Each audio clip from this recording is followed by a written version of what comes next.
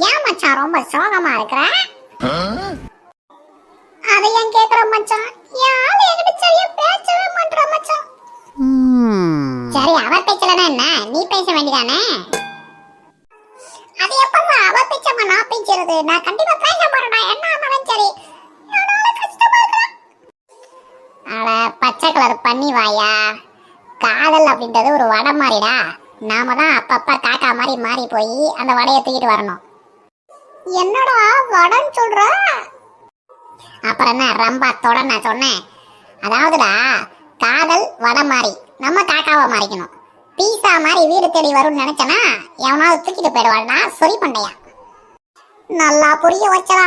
நான் இப்பவே போய் ஆளை பார்த்துட்டு வரேன். முதல்ல பூரியை சாப்பிட்டு சாப்பிட்டு சாகசம் பண்ணவன் நீ மட்டும்தான்டா. சீக்கிரம் போய் அந்த பொண்ணை பாரு, இல்லைன்னா எவனா தள்ளிட்டு போயிட போறான்.